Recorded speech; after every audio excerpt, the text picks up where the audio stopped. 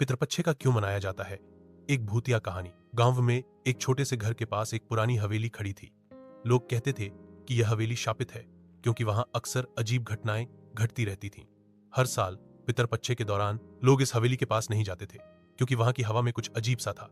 ऐसा लगता था कि हवेली में बसी आत्माएं अब भी उस घर में रहती हैं। एक बार गांव के एक युवक ने पितरपक्षे की रात में हवेली में जाने का निर्णय लिया। वह जानता था कि गांव वाले डरते हैं, लेकिन वह इस डर को चुनौती देना चाहता था।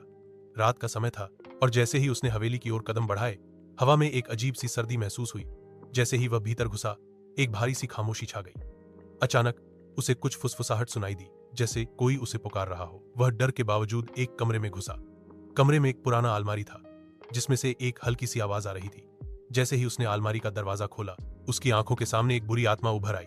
वह आत्मा उसे घूरते हुए बोली, हमारी आत्माएं यहां बसी हैं। जो पितरपक्षे में हमें सम्मान नहीं देते, वे कभी शांति नहीं पाते। आत्मा के शब्दों ने उसकी रीढ़ में सिहरन पैदा कर दी।